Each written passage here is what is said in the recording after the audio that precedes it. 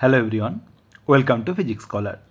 আমরা পড়ছি দৃঢ় বস্তুর ঘূর্ণন এবং আমরা ইতিমধ্যে টর্ক সম্পর্কে জেনেছি, জড়তা ভ্রামক সম্পর্কে জেনেছি, তারপরে কৌণিক ভরবেগ, আবর্ত গতিশক্তি সম্পর্কে জেনেছি। আজকে এই ক্লাসে আমরা জানব দুটো অ্যাপ্লিকেশন বা প্রয়োগ যেগুলো তোমাদের বিভিন্ন কম্পিটিটিভ পরীক্ষাতে দিতে পারে। একটা হচ্ছে যে যখন কোনো নততল বরাবর, যখন ধরো এইটা একটা নততল, এই নততল বরাবর ধরো কোনো একটা চোঙ বা ধরো একটা গোলক, মানে একটা নততল আছে এরকম, সেখানে যদি একটা ধরো এইভাবে গোলক যদি ঘুরতে ঘুরতে এইভাবে ঘুরতে ঘুরতে ঘুরতে ঘুরতে যদি গড়িয়ে পড়ে, মানে যদি না পিছলে এইভাবে ঘুরতে ঘুরতে গড়িয়ে পড়ে, তাহলে তার ক্ষেত্রে তার ত্বরণ কত হবে, কতটা এখানে ঘর্ষণ বল কতটা কাজ করছে, এই সমস্ত কোশ্চেন কিন্তু বিভিন্ন কম্পিটিটিভ পরীক্ষায় তোমাদের দেয়। এবার সেটা গোলক হতে পারে বা ধরো একটা চোঙ যদি এইভাবে গড়াতে যায়, তাহলে পরে তার ক্ষেত্রেও ত্বরণ কত হবে সেইগুলো কিন্তু আমরা আলোচনা করব। তো চলো শুরু করা যাক। তো নততল বরাবর যখন কোনো বস্তু না পিছলে গড়িয়ে পড়ে তখন কি হয়? তো দেখো এই যে এই ছবিতে দেখো, একটা হচ্ছে তোমার, আমি এখানে হচ্ছে একটা গোলক রাখা আছে। এবার গোলকটা যখন ঘুরছে তখন এই যে গোলক আর যে নততলের যে স্পর্শ রেখা, ওকে, এই যে নততল আর গোলকের যে স্পর্শ রেখা, এটাকে টাচ করে কী করছে, এইভাবে ঘুরতে ঘুরতে কিন্তু পড়বে। আর এই চোঙের ক্ষেত্রেও তাই, চোঙ আর এই নততলের যে স্পর্শ রেখা, সেই স্পর্শরেখাকে অক্ষ করে কিন্তু এইভাবে ঘুরবে এবং ঘুরতে ঘুরতে নিচের দিকে পড়বে।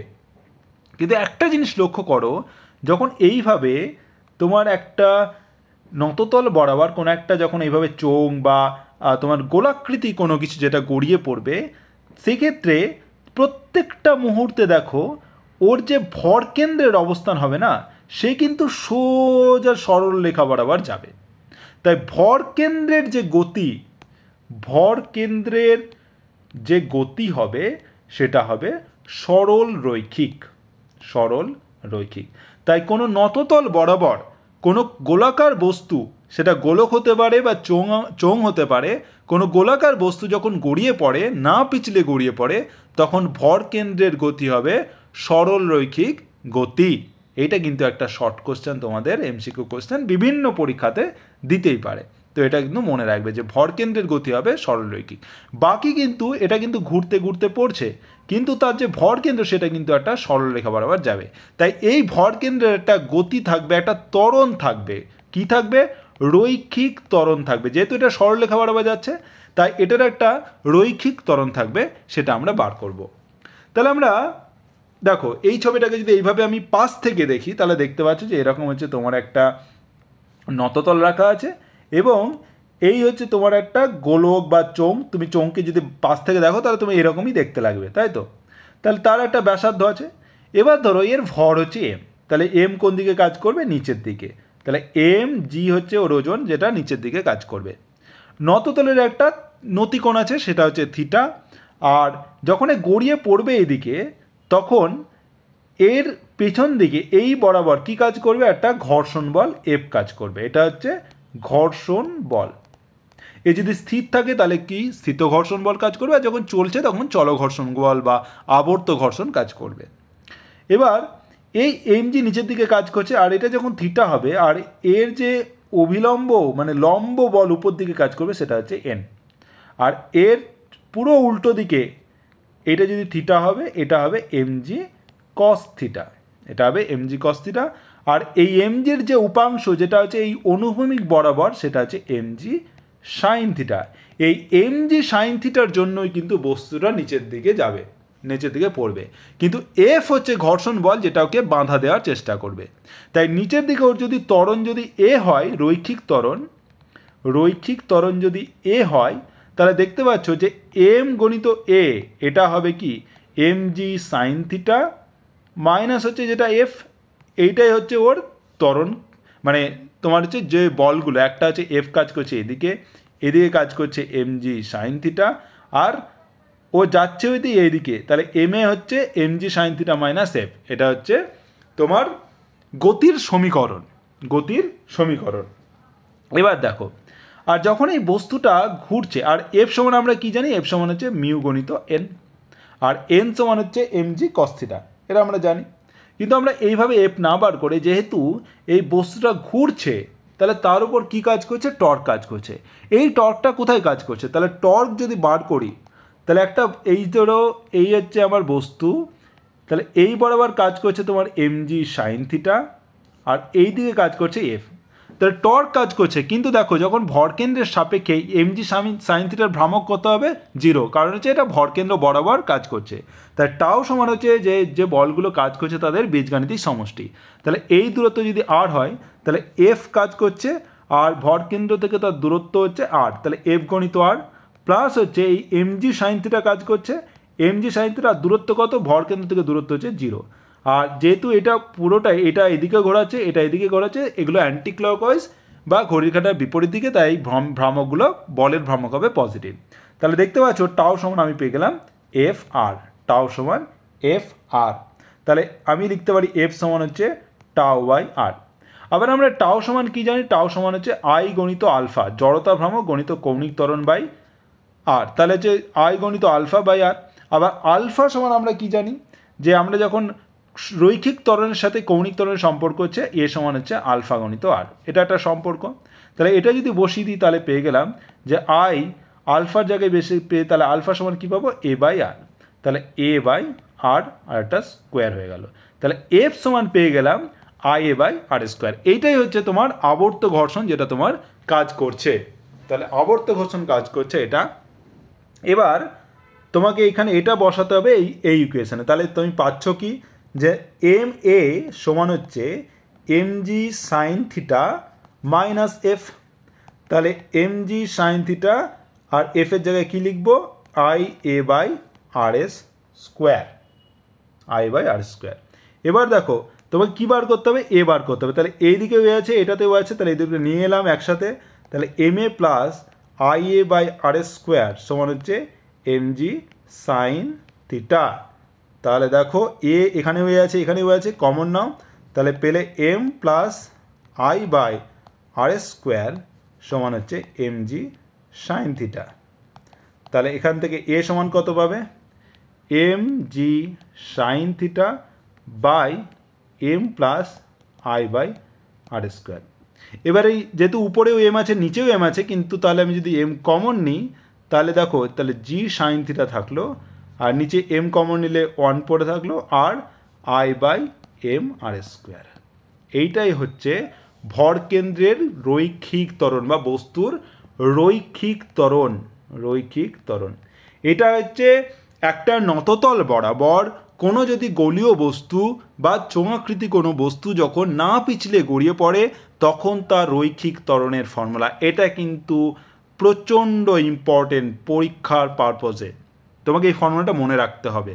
যদি তুমি ক্যালকুলেশন না করতে যাও, তাড়াতাড়ি মনে রাখতে চাও, তাহলে পরে তোমাকে লিখতে হবে এ সমান হচ্ছে জি sine theta by 1 plus I by M R square, এটা তোমাকে করতে হবে। এবার এটা পেয়ে গেলাম তোমার হচ্ছে ত্বরণ। এবার যদি বিশেষ ক্ষেত্র, মানে ধরো ওই বস্তুটা যদি বিভিন্ন রকম হতে পারে, একটা হতে পারে যদি ধরো নিরেট যদি চোঙ হয়, নিরেট চোঙ, যদি নিরেট চোঙ হয় তার ক্ষেত্রে আমি কি জানি, জড়তা ভ্রামক কত হবে, আই সমান হচ্ছে 1/2 এম আর স্কোয়ার বা এম আর স্কোয়ার বাই 2। তাহলে আমি জাস্ট এখানে আই এর জায়গায় এই ভ্যালুটা বসিয়ে দেবো, তাহলে আমি ত্বরণ পেয়ে যাবো। তাহলে এ সমান হবে G sine theta by 1 plus I জায়গায় বসিয়ে দাও হাফ এম আর স্কোয়ার, আর নিচে ছিল এম আর স্কোয়ার, তাহলে কেটে গেল, তাহলে তুমি পেয়ে যাবে 2/3 জি সাইন থিটা। এটা হচ্ছে একটা নিরেট চোঙের ক্ষেত্রে তোমার হচ্ছে রৈখিক ত্বরণ এটা হবে। এবার ধরো নিরেট চোঙের বদলে যদি একটা ফাঁপা চোঙ হয়, ফাঁপা চোঙ, ফাঁপা চোঙের ক্ষেত্রে তোমাকে মনে রাখতে হবে জড়তার ভ্রামক হচ্ছে আই সমান হচ্ছে এম আর স্কোয়ার, যেটা আমরা আগেও বলেছি যে ফাঁপা চোঙের ক্ষেত্রে এটা হয় তোমার হচ্ছে যে কোনো একটা বৃত্তাকার রিংয়ে যা হয় সেটাই, আর নিরেট চোঙের ক্ষেত্রে হচ্ছে একটা চাকতির যেটা হয় সেটাই হবে নিরেট চোঙের ক্ষেত্রে জড়তা ভ্রামক। তাহলে ফাঁপা চোঙের ক্ষেত্রে আই সমান হচ্ছে এম আর স্কোয়ার, তাহলে রৈখিক ত্বরণ কত হবে, আই সমান হচ্ছে এ সমান হচ্ছে জি সাইন থিটা বাই 1 প্লাস এখানে বসিয়ে দাও M R square by M R square, মানে দেখো এটা কেটে গেলে 1 চলে আসে, তাহলে 2 চলে আসলো, তার মানে হচ্ছে জি বাই 2 বা হাফ জি সাইন থিটা। তাহলে নিরেট চোঙ হলো, ফাঁপা চোঙ হলো। এবার 3 নম্বর যদি করি সেটা হচ্ছে ধরো নিরেট গোলক যদি পড়ে, নিরেট গোলক হতে পারে। নিরেট গোলকের ক্ষেত্রে কী হবে, আই সমান কত হয়, নিরেট গোলকের ক্ষেত্রে আই সমান হচ্ছে 2/5 mr স্কোয়ার, 2/5 mr স্কোয়ার। নিয়ে একটি নিরেট গোলকের ক্ষেত্রে জড়তার ভ্রামক কত হয়, আই সমান 2/5 mr স্কোয়ার। তাহলে এ কত হবে, এ হচ্ছে এ সমান জি সাইন থিটা বাই 1 + এখানে বসিয়ে দাও 2/5 mr square by mr square. তাহলে দেখো এটা কেটে গেল, তাহলে তুমি পেয়ে গেলে 5টা উপরে চলে যাবে, তোমার পেয়ে যাবে 5 আর এদিকে 5 আর 2 7 হয়ে গেল, 5 আর 2 5 7 জি সাইন থিটা। এটা হলো নিরেট গোলকের ক্ষেত্রে রৈখিক ত্বরণ। আর একটা ধরো নিরেট গোলকের বদলে যদি তোমার ফাঁপা গোলক হয়, ফাঁপা গোলকের ক্ষেত্রে আই সমান হবে, তোমরা জানো যে 2/3 mr স্কোয়ার, ফাঁপা গোলকের ক্ষেত্রে 2/3 mr স্কোয়ার। তাহলে সেক্ষেত্রে তোমার এ কত হবে, এ হবে জি সাইন থিটা বাই 1 + এখানে 2/3 বসিয়ে দাও mr square by mr square. এটা কেটে গেল, তুমি পেয়ে গেলে তো 3 উপরে চলে গেল, নিচে 5, 3/5 জি সাইন থিটা। এটা হলো বিভিন্ন বস্তু। আরও তোমার থাকতে পারে, যেমন ধরো একটা চাকতি যদি গড়িয়ে পড়ে তাহলে তার ক্ষেত্রে কী হবে, তাহলে চাকতির ক্ষেত্রে তোমাকে জানতে হবে যে চাকতির ক্ষেত্রে কী হয়। তারপরে ধরো বৃত্তাকার রিং যদি গড়িয়ে পড়ে, বৃত্তাকার রিংয়ের ক্ষেত্রে তুমি বার করতে পারবে। তো এরকম বিভিন্ন যেগুলো গোলাকার বস্তু যেটা গড়িয়ে পড়তে পারে তার ক্ষেত্রে তোমাকে আই যদি জানো, জাস্ট আয়ের ভ্যালুটা তুমি এই এর যে রৈখিক ত্বরণের ফর্মুলা এখানে বসালেই তুমি কিন্তু রৈখিক ত্বরণ পেয়ে যাবে। তো এই হয়ে গেল তোমার রৈখিক ত্বরণ।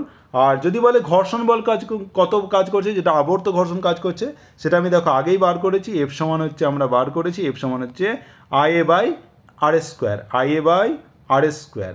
তাহলে ঘর্ষণ বল হচ্ছে IA বাই RS স্কোয়ার। তাহলে এবার ধরো আমার যে বিভিন্ন বস্তুর ক্ষেত্রে, যেমন ধরো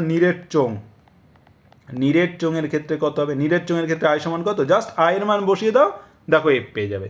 তাহলে আয়ের মান কত ছিল, 1/2 mr স্কোয়ার। নিরেট চোঙের ক্ষেত্রে 1/2 mr স্কোয়ার, তাহলে সেক্ষেত্রে এফ কত হবে, 1/2 mr square into a by R square. তাহলে কত পেলে, আর স্কোয়ার কেটে গেল। আর এখানে এ সমান বসিয়ে দিতে হবে, এ সমান কি কত পেয়েছিলে তুমি, নিরেট চোঙের ক্ষেত্রে এ সমান ছিল, নিরেট চোঙের ক্ষেত্রে তুমি বার করেছো 2/3 জি সাইন থিটা, 2/3 জি সাইন থিটা। তাহলে বসিয়ে দাও, তাহলে এর জায়গায় পেয়ে দিলে 2/3 জি সাইন থিটা বসিয়ে দাও, তাহলে তুমি পেয়ে গেলে 2 কেটে গেল, তাহলে তুমি পেলে 1/3 mg সাইন থিটা। এটা হচ্ছে তোমার ঘর্ষণ বল, যেটা দেখো mg সাইন থিটা তোমার নিচের দিকে এইভাবে কাজ করছিল, আর এফ কাজ করছে তার 3/1 1/3 ভাগ কাজ করছে উপরের দিকে, মানে 2/3 ভাগ নিচের দিকে লব্ধি বল যেটা কাজ করছে, যেটা ওকে ত্বরণ দেবে। এবার নিরেট চোঙ হয়ে গেল। ফাঁপা চোঙের ক্ষেত্রে কত হয়, ফাঁপা চোঙ যদি হয়, ফাঁপা চোঙের ক্ষেত্রে আই সমান কত জানি, ফাঁপা চোঙের ক্ষেত্রে আই সমান হচ্ছে mr স্কোয়ার। আর এ সমান আমি বার করেছি দেখো ফাঁপা চোঙের ক্ষেত্রে যে 1/2 জি সাইন থিটা, আগে আমি বার করেছি 1/2 জি সাইন থিটা, এই যে এটা। তাহলে এটা বসিয়ে দাও, তাহলে তুমি পেয়ে গেলো ঘর্ষণ বল হবে তার ক্ষেত্রে এফ সমান হবে, তুমি বসিয়ে দাও, তাহলে mr স্কোয়ার, তোমার এইটা হচ্ছে formula I by R square, তাহলে mr square by R square into A হচ্ছে 1/2 জি সাইন থিটা। তাহলে দেখো আর স্কোয়ার কেটে গেল, তাহলে 1/2 mg সাইন থিটা। এটা হচ্ছে ফাঁপা চোঙ। তারপর ধরো নিরেট গোলক যদি হয়, নিরেট গোলকের ক্ষেত্রে তুমি যদি বার করো, তাহলে নিরেট গোলকের ক্ষেত্রে আমি বার করেছি এ সমান কত হয়, এ সমান হচ্ছে নিরেট গোলকের ক্ষেত্রে 2/5 mr স্কোয়ার। আর এ সমান আমি বার করেছি নিরেট গোলকের ক্ষেত্রে হচ্ছে 5/7 জি সাইন থিটা। তাহলে এটা বসিয়ে দাও, তাহলে তুমি পেয়ে যাবে তোমার এফ সমান পেয়ে যাবে তুমি নিরেট গোলকের ক্ষেত্রে 2/7 mg সাইন থিটা। একই রকমভাবে তুমি যদি ফাঁপা গোলক করো, ফাঁপা গোলকের ক্ষেত্রে তুমি পেয়ে যাবে এফ সমান পেয়ে যাবে ফাঁপা গোলকের ক্ষেত্রে 2/5 mg সাইন থিটা। তো এটা হচ্ছে তোমার ঘর্ষণ বল, যেটা হচ্ছে কাজ করছে।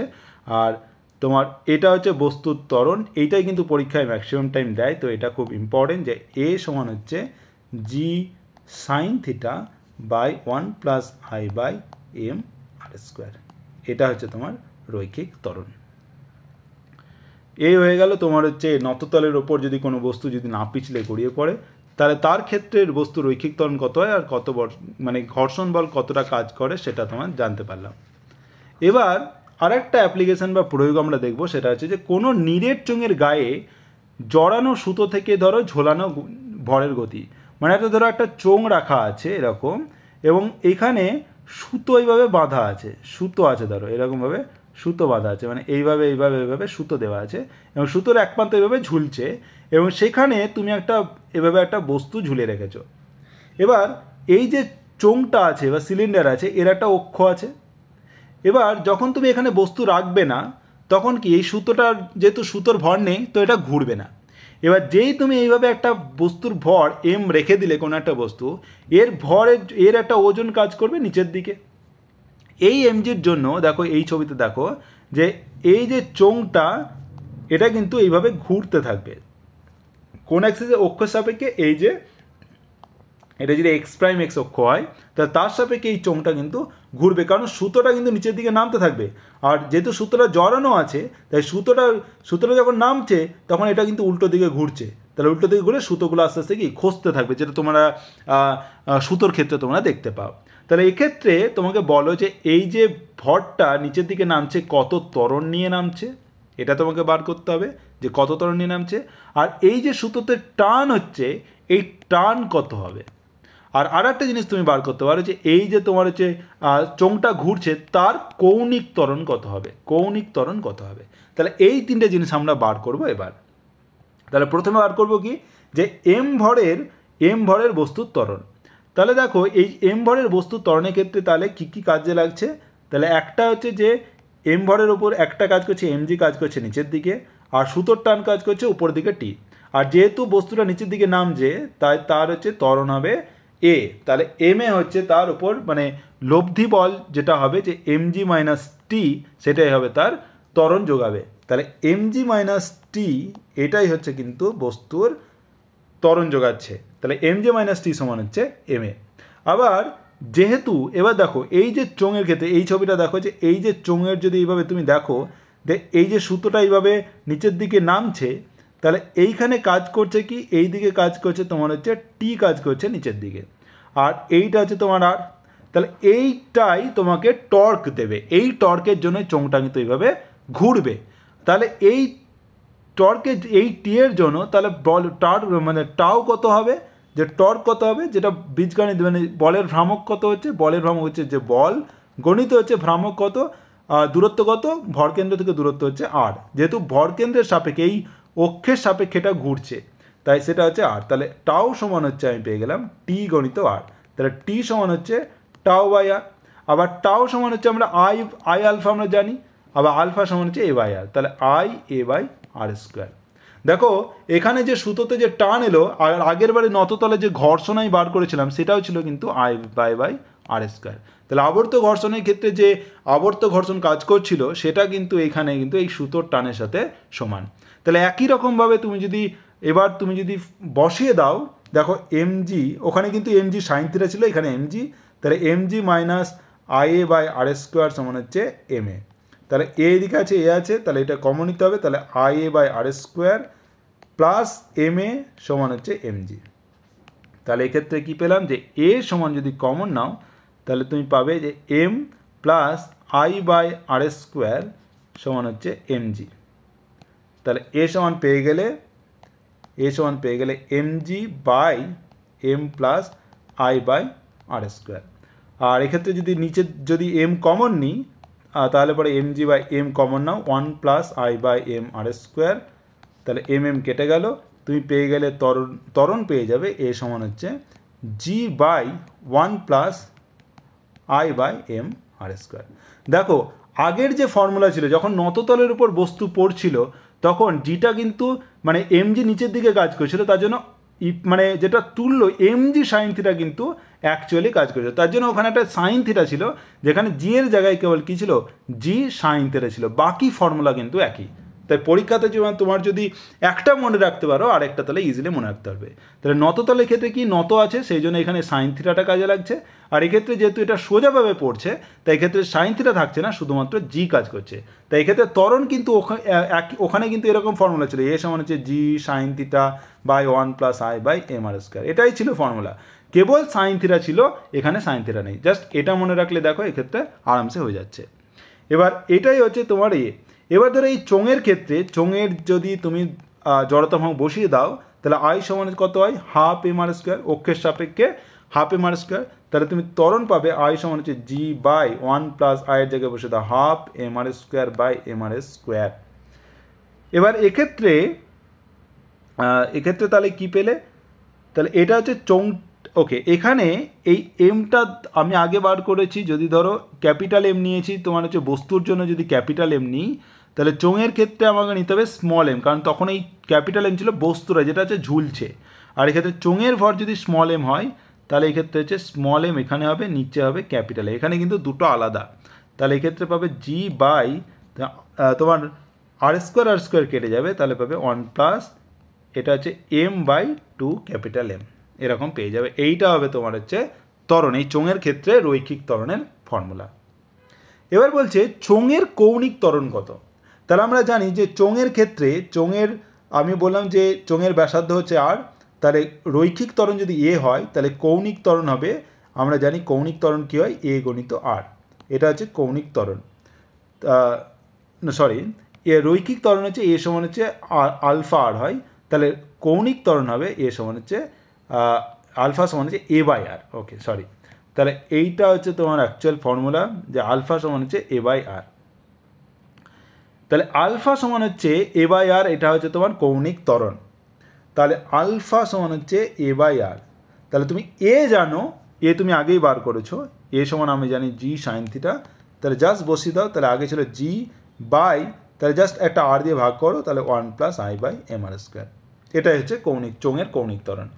আর তুমি এবার যদি তুমি এই আয়ের জায়গায়, জড়তা ভ্রামকের জায়গায় চোঙের যে হাফ এম আর স্কোয়ার বসিয়ে দাও, তাহলে তুমি পেয়ে যাবে যে আলফা সমান হচ্ছে G by R by 1 plus যে স্মল এম বাই 2m, যেটা তোমার আগে ছিল সেটাই, কেবল একটা আর চলে এলো নিচে। এই হচ্ছে একটা চোঙের কৌণিক ত্বরণ। আর শেষে বার করব যে সুতোর টান। তাহলে সুতোর টান সমান আমরা কি জানি, সুতোর টান হচ্ছে টি সমান হচ্ছে I A by R square. তাহলে এখানে এ সমান হচ্ছে আমরা পেয়ে গেলাম, তাহলে এ সমান হচ্ছে আই বাই আর স্কোয়ার বসিয়ে দাও, এ সমান পেয়ে গেলাম তোমার হচ্ছে G by 1 plus I by M R square. এখানে এম কিন্তু হচ্ছে বস্তুর ভর, আর স্মল এম আমি ধরেছিলাম চোঙের ভর। তাহলে এটা কিন্তু এটা। এবার তোমাকে এখানে আইটা বসাতে হবে, আই সমান হচ্ছে চোঙের ক্ষেত্রে হাফ এম আর স্কোয়ার, এটা হচ্ছে চোঙের জড়তা ভ্রামক। তাহলে এখানে বসিয়ে দিলে তুমি পেয়ে যাবে আই সমান হচ্ছে তাহলে হাফ এম, এটা small M R square by R square গণিত হচ্ছে G by 1 plus I by আয়ের জায়গায় বসে দাও হাফ, তাহলে M R square by M R square. তাহলে এটা কেটে গেল, আর এক্ষেত্রে এটাও কেটে গেল, তাহলে পেয়ে গেলাম এম জি বাই তাহলে 2 প্লাস এম বাই এম। তাহলে এই ক্ষেত্রে যদি তুমি তাহলে ওকে 1 মিনিট, তাহলে এটা এলো 2 আর ওকে 1 মিনিট। ওকে, তোমরা এটা হচ্ছে এইভাবে তোমরা লিখতে পারো। আর যদি তোমরা সুতোর টানকে তোমার ওই ক্যাপিটাল এম মানে বস্তুর ভর দিয়ে তুমি লেখো, তাহলে তুমি পাবে টি সমান পেয়ে যাবে capital M G by 1 plus 2 capital M by small M. তো এইভাবেও তুমি লিখতে পারো। তো এটাই হচ্ছে সুতোর টান, যেটা তোমার কাজ করছে। আর তোমার আগে আমি বার করলাম কৌণিক ত্বরণ, আর তার আগে আমরা বার করলাম রৈখিক ত্বরণ। তো রৈখিক ত্বরণের ক্ষেত্রে ফর্মুলা কিন্তু ওই আগে নততলের ক্ষেত্রে যে ফর্মুলা সেটার সাথে একই, শুধুমাত্র এখানে সাইন থিটাটা থাকছে না। তো এই হয়ে গেল। এবার আসছি যে রৈখিক ও আবর্ত গতির তুলনা। তাহলে রৈখিক গতির ক্ষেত্রে আমরা কোন কোন রাশি পাই, তাহলে আমরা তুলনা করব যে রৈখিক গতি আর এদিকে হচ্ছে আবর্ত গতি। তাহলে দেখো রৈখিক গতির ক্ষেত্রে আমরা কি পাই, যে একটা হচ্ছে রৈখিক সরণ পাই, যেটাকে আমরা এস দিয়ে লিখি যে কতটা সরণ হলো। আবর্ত গতির ক্ষেত্রে সেই রৈখিক সরণকে আমরা বলি কৌণিক সরণ, যেটা হচ্ছে কোণ বরাবর কতটা কোণ গেল সেটা আমরা কী দিয়ে লিখি, থিটা, যেটাকে আমরা বলি কৌণিক সরণ বলি আমরা। তারপরে রৈখিক গতিতে যেটা আমরা বেগ বলে থাকি, যেটা ভি দিয়ে প্রকাশ করি, আবর্ত গতি থেকে সেই মানে গতিতে হয় আবর্ত গতি যেটা বলি, বেগ যেটা, সেটা বলি আমরা কি, যে কৌণিক বেগ, যেটাকে আমরা ওমেগা দিয়েই করি, ব্যাখ্যা করি। তাহলে কৌণিক বেগ হচ্ছে ওমেগা। তারপরে রৈখিক গতিতে আমরা বলি ত্বরণ, সেটা হচ্ছে এ। আবর্ত গতিতে ত্বরণ হচ্ছে কৌণিক ত্বরণ, সেটা হচ্ছে আলফা। তারপরে রৈখিক গতিতে যদি আমার ভর যেটা যে ভূমিকা কাজ করে, আবর্ত গতিতে জড়তা ভ্রামক সেই একই কাজ করে। আর ভরবেগ যদি এমবি হয় রৈখিক গতিতে, আবর্ত গতিতে এম এর জায়গায় আই, ভি এর জায়গায় ওমেগা। আই ওমেগা হচ্ছে মানে যেটা কৌণিক ভরবেগ আমরা বলি, কৌণিক ভরবেগ। তারপর হচ্ছে যেটা বল যেটা কাজ করে, বল, সেটা আবর্ত গতিতে টর্ক। তারপরে বল সমান আমরা কি জানি, এম গণিত এ। তাহলে টর্ক সমান কী হবে, এম এর জায়গায় আই, এ এর জায়গায় আলফা, টাও সমান হচ্ছে আই আলফা। তাহলে এফ সমান এম এ, টাও সমান আই আলফা। তারপরে কি ছিল, তারপরে হচ্ছে কার্য। কার্যর ক্ষেত্রে আমরা বলেছিলাম যে বল গণিত সরণ, সেটা হচ্ছে কার্য। আর এটা হচ্ছে ডব্লিউ সমান হচ্ছে এফ এস। আর এক্ষেত্রে এফ এর জায়গায় কী হবে, টাও, আর এস এর জায়গায় কী হবে, থিটা। ডব্লিউ সমান হচ্ছে টাও থিটা। ক্ষমতা, ক্ষমতার ক্ষেত্রে আমরা কি বলেছিলাম যে বস্তুর উপর প্রযুক্ত বল গণিত বস্তুর বেগ। আর এক্ষেত্রে কী হবে, ক্ষমতা, বস্তুর উপর প্রযুক্ত বলের জায়গায় থাকবে টর্ক, আর ভি এর জায়গায় থাকবে ওমেগা। টাও ওমেগা হচ্ছে ক্ষমতা। তারপর হচ্ছে গতিশক্তি। গতিশক্তি ছিল হাফ এম ভি স্কোয়ার, আর সেখানে হচ্ছে এখন হচ্ছে এম এর জায়গায় কী বসবে, আই, ভি এর জায়গায় ওমেগা। তাহলে হাফ আই ওমেগা স্কোয়ার। আর এক্ষেত্রে আমার কি রৈখিক ভরবেগের সংরক্ষণ নীতি কাজ করছিল, আর এক্ষেত্রে কাজ করবে কৌণিক ভরবেগের সংরক্ষণ নীতি। ব্যাস, এইটাই হচ্ছে তোমাদের, এই যে অনেক সময় পরীক্ষার সময় দেয় যে বলো যে রৈখিক সরণের ঘূর্ণন প্রতিরূপ, এগুলো সব কিন্তু কি ঘূর্ণন প্রতিরূপ, ঘূর্ণন প্রতিরূপ। তাহলে ভি এর ঘূর্ণন প্রতিরূপ হচ্ছে ওমেগা, এর হচ্ছে আলফা, এম এর হচ্ছে আই, এম ভির হচ্ছে আই ওমেগা, এফ এর ক্ষেত্রে টাও, তারপরে এইসব বাকিগুলো। আর এই ক্ষেত্রে হচ্ছে রৈখিক গতির ক্ষেত্রে যদি বল প্রয়োগ না হয় বাইরে থেকে, তাহলে রৈখিক ভরবেগ কী থাকবে, সংরক্ষিত থাকবে। আর কৌণিক গতির ক্ষেত্রে যদি টর্ক প্রয়োগ না হয় বাইরে থেকে, তাহলে কৌণিক ভরবেগ সংরক্ষিত থাকবে।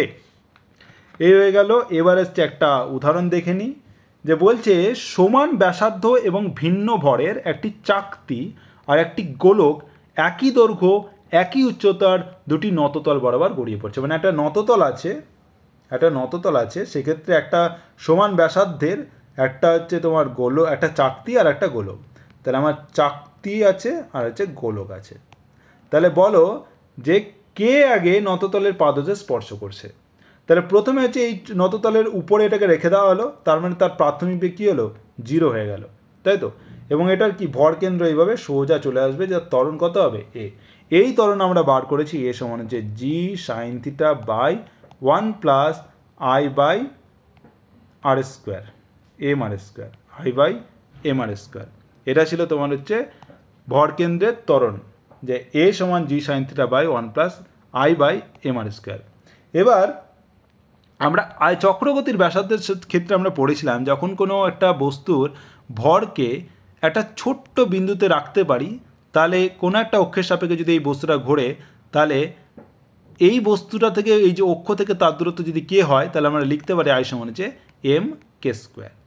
তাহলে আই সমান হচ্ছে এম কে স্কোয়ার আমরা লিখতে পারি, এম কে স্কোয়ার। এটা হচ্ছে টোটাল ভর। তাহলে আমরা যদি বসিয়ে দিই, তাহলে পেলাম যে এ সমান হচ্ছে জি sine theta by 1 plus K by K square পেয়ে গেলাম বাই আর স্কোয়ার। এটা হচ্ছে তোমার হচ্ছে রৈখিক ত্বরণের ফর্মুলা। এবার আমরা কি করব, যে দেখো এক্ষেত্রে কিসের পার্থক্য, জি এর কোনো পার্থক্য নেই, একমাত্র কে এর পার্থক্য হবে, সেই কেটা আমাকে বার করতে হবে। আর যেহেতু ত্বরণ বার করতে হবে, তারপরে আমাকে কী বার করতে হবে, যে কোনটি আগে নততলের পাদদেশে স্পর্শ করবে, মানে কোনটি আগে পড়ে, মানে সময় বার করতে বলেছে। তাহলে সময়টা বার করে দেখাতে হবে। যেহেতু এক্ষেত্রে ভরকেন্দ্রের যে গতি সেটা হচ্ছে সরল রৈখিক গতি, তাহলে আমরা সরল রৈখিক গতির ক্ষেত্রে জানি যে যদি ধরো একটা দূরত্ব যায়, তাহলে এস দূরত্ব যায়, তাহলে এস সমান হচ্ছে U T plus half A T square. এটা হচ্ছে তোমার হচ্ছে এস সমান U T plus half F T square. তাহলে সেক্ষেত্রে আমি টি সমান, আমি যেহেতু প্রাথমিক বেগ যদি 0 হয়, কারণ হচ্ছে নততলের উপরে যদি রেখে স্থির অবস্থায় ছেড়ে দেওয়া হয় তবেই সেটা নিচের দিকে পড়বে, তাই প্রাথমিক বেগ যদি 0 হয়, তাহলে এস সমান লিখতে পারি হাফ এ টি স্কোয়ার। তাহলে টি সমান হবে √2s/a। এই এসটাই হচ্ছে যে এই যে নততল বরাবর তির্যকভাবে যে দূরত্বটা যাচ্ছে সেটা। তো যদি ধরো এই তির্যক দূরত্ব যদি এল হয় তাহলে টি সমান হবে √2l/a। আর নততলের উচ্চতা যদি এইচ হয়, যেহেতু দুটোর ক্ষেত্রে এই নততলের বলে দেওয়া আছে একই দৈর্ঘ্য এবং একই উচ্চতার বলে দেওয়া আছে, তাহলে এইচ, তাহলে দেখো এটা যদি থিটা হয় তাহলে আমরা লিখতে পারি যে সাইন থিটা সমান হচ্ছে লম্ব বাই অতিভুজ। তাহলে আমরা লিখতে পারি এল সমান হচ্ছে h/sin থিটা। তাহলে আমরা এখানে বসিয়ে দিলাম যে টি সমান হচ্ছে √2 এল এর জায়গায় h/a sin থিটা। এটা হচ্ছে তোমার টাইম, এই টাইমটা বার করতে হবে। আর এ সমান হচ্ছে g sin θ/1 + k²/r²। তাহলে টি সমান হচ্ছে তোমার হচ্ছে √2h/a sin থিটা। তাহলে এর মান বসিয়ে দাও, তাহলে √2h/a sin থিটা বাইরে থাকলো, আর এ হচ্ছে এর জায়গায় বসাবো g sin θ/1 + k²/r²। তাহলে দেখো যে দুটো সাইন থিটা চলে এলো, তাহলে একটা বেরিয়ে গেল, তাহলে 1/sin θ √2h/g 1 + k²/r²। যেহেতু একই ব্যাসার্ধের আর একই উচ্চতার, তার মানে শুধুমাত্র কে এর ওপরে ডিপেন্ড করবে, যার কে বেশি হবে, যার চক্রগতির ব্যাসার্ধ, মানে এখানে দুটো বস্তু আছে, একটা হচ্ছে চাকতি, আমরা আগেই পড়েছি যে একটা হচ্ছে চাকতি আর একটা হচ্ছে গোলক। তাহলে যার চক্রগতির ব্যাসার্ধ যত বেশি হবে সেক্ষেত্রে এই টি এর মান তত বেশি হবে, কারণ টি প্রপোর্শনাল। এখানে দেখো কে উপরে এটা পজিটিভ আছে, তাহলে এটা কে যত বাড়বে টি তত বাড়বে, তাহলে টি হচ্ছে মানে কে বাড়লে টি বাড়বে। তাহলে দেখো চাকতির ক্ষেত্রে চক্রগতির ব্যাসার্ধ কত, তাহলে চাকতির ক্ষেত্রে আমরা জানি যে আই সমান হচ্ছে কি 1/2 mr², আর আই সমান হচ্ছে m/k²। তাহলে mm কেটে গেল, তাহলে পেলাম কে সমান হচ্ছে r/√2। তাহলে k²/r² সমান পেয়ে গেলাম, k²/r² সমান লিখতে পারি আমরা যে 1/2, মানে 0.5। যেহেতু এখানে k²/r² আছে সেটা আমরা তুলনা করবো, তো সেটা হচ্ছে 0.5। আর গোলকের ক্ষেত্রে যদি আমি চক্রগতির ব্যাসার্ধ বার করি, তাহলে গোলকের ক্ষেত্রে আই সমান কি জানি যে আই সমান হচ্ছে 2/5 mr²। তাহলে চক্রগতির ব্যাসার্ধের জন্য তাহলে সমান হচ্ছে m/k²। তাহলে দেখো k²/r² তুমি পেয়ে যাবে, তাহলে mm কেটে গেল, তাহলে k² হচ্ছে 2/5, আর 2/5 হচ্ছে দেখো 0.4। তাহলে দেখো এর ক্ষেত্রে চাকতির ক্ষেত্রে k²/r² হচ্ছে 0.5, আর গোলকের ক্ষেত্রে k²/r² হচ্ছে 0.4, মানে চাকতির ক্ষেত্রে তোমার k²/r² হচ্ছে বেশি। আর k²/r² বেশি মানে হচ্ছে দেখো যে সময়ে ওই মানে নততলের পাদদেশ পৌঁছাবে সেই সময়টা হচ্ছে এই k²/r² বেশি, মানে এই সময়টা কিন্তু বেশি লাগছে, মানে চাকতির ক্ষেত্রে সময় বেশি লাগবে। তাই গোলকের ক্ষেত্রে সময় কম লাগবে, মানে গোলক আগে পাদদেশে পৌঁছাবে। তাই এক্ষেত্রে অ্যান্সার হবে যে গোলক হচ্ছে শুধুমাত্র মানে নততলে পাদদেশে প্রথমে বা আগে স্পর্শ করবে। তো এইভাবে তোমাকে কিন্তু পরীক্ষাতে বিভিন্ন কোশ্চেন কিন্তু এইভাবে দেবে, চাকতি দিতে পারে, গোলক দিতে পারে, চোঙ দিতে পারে, বিভিন্ন জিনিস দিতে পারে, সেক্ষেত্রে তোমাকে বার করতে হবে। তো আশা করি তোমরা বুঝতে পেরেছো। তো এই হয়ে গেল তোমাদের যে দুটো আমি বললাম যে প্রয়োগ বা কোশ্চেন যেগুলো বিভিন্ন কম্পিটিটিভ পরীক্ষায় থাকে। তো এই নিয়ে তোমাদের এই দৃঢ়বস্তুর ঘূর্ণন চ্যাপ্টারটা শেষ হলো। আর পরের ক্লাসে আমরা কি করব, এই দৃঢ়বস্তুর ঘূর্ণন থেকে যতগুলো আমরা মোটামুটি যেগুলো বিভিন্ন টাইপের কোশ্চেন পরীক্ষায় আসে সেগুলো আমরা আলোচনা করব। কম্পিটিটিভ পরীক্ষায় তোমাদের বোর্ডের পরীক্ষায় আসতে পারে, সেই সমস্ত কোশ্চেন আমরা আলোচনা করব। তো আজকের ক্লাসে যদি তোমাদের কোনো কনফিউশন থেকে থাকে তাহলে অবশ্যই কমেন্ট করো, আর যারা গ্রুপে আছো তারা অবশ্যই মেসেজ করো। Thank you.